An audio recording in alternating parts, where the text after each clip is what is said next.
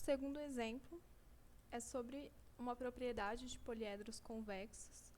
Então, essa propriedade que está escrita aqui, que ela nos dá a soma dos ângulos de todas as faces de um poliedro convexo. Então, sabendo o V, que é o número de vértices, a gente consegue calcular essa soma desses ângulos. Então, aqui, esse R, ele representa o ângulo reto. Então, é um ângulo de 90 graus. É a forma como o livro trouxe essa fórmula. Mas 4R também podia estar sendo escrito como 360 graus. Então, aqui, além dela, a gente vai utilizar também a relação de Euler para poder resolver esse problema.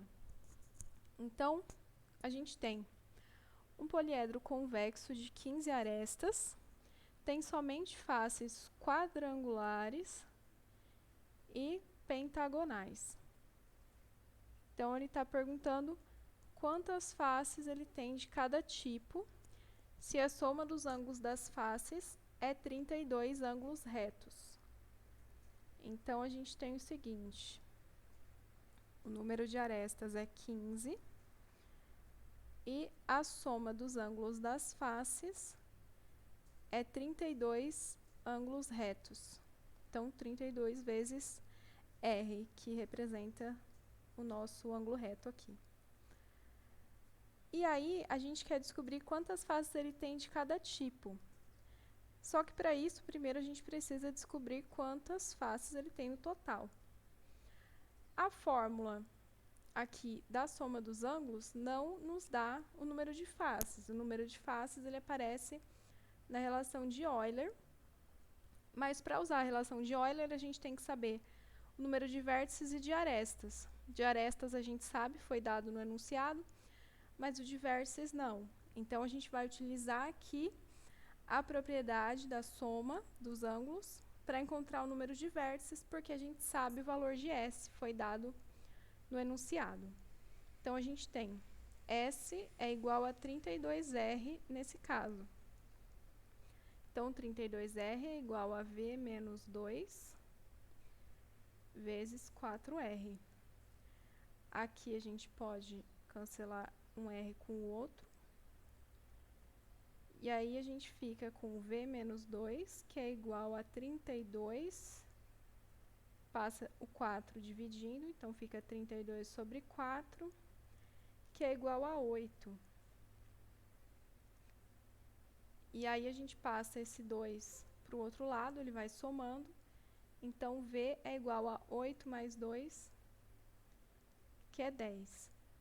Então, agora, sabendo o valor do vértice, o número de vértices e o número de arestas, a gente pode utilizar a relação de Euler para descobrir o número de faces. Então, aqui, o número de vértices menos o número de arestas mais o número de faces tem que ser igual a 2. Então, 10 menos 15 é menos 5, mais F igual a 2.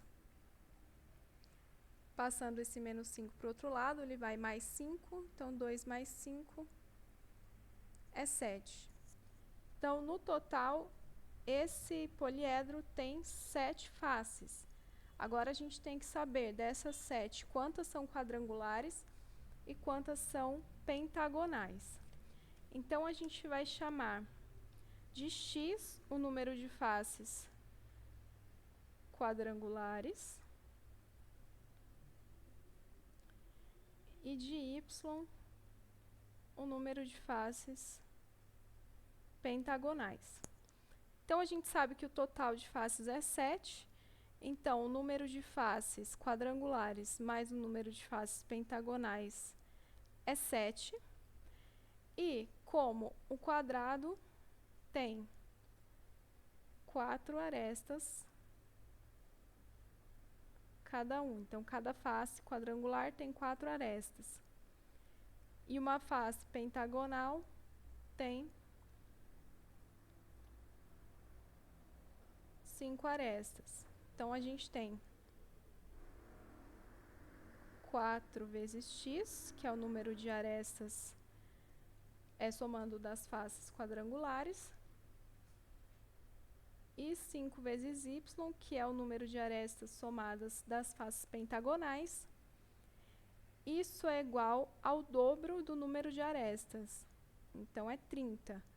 Porque a gente sabe que quando a gente soma todas as arestas de todas as faces, a gente está somando cada aresta 2 vezes, porque cada aresta é comum a 2 faces. Então, por isso, quando a gente simplesmente soma todas as arestas de todas as faces, a gente tem o dobro do número real de arestas do nosso poliedro. Então, aqui fica 30, porque é o dobro do número de arestas. Então, a gente tem um sistema 2 por 2, que a gente vai resolver para descobrir quem é x, quem é y. Então, eu vou resolver aqui multiplicando a primeira equação por menos 4. Então, fica menos 4x menos 4y igual a menos 28. E a de baixo eu copio. E aí, somando essas duas equações, a gente tem 4x menos 4x, 0. 5y menos 4y, y. 30 menos 28, igual a 2. Então, nós temos duas faces pentagonais. E como o total de faces é 7, então, a gente tem 5 faces quadrangulares, que é o que o exercício estava pedindo.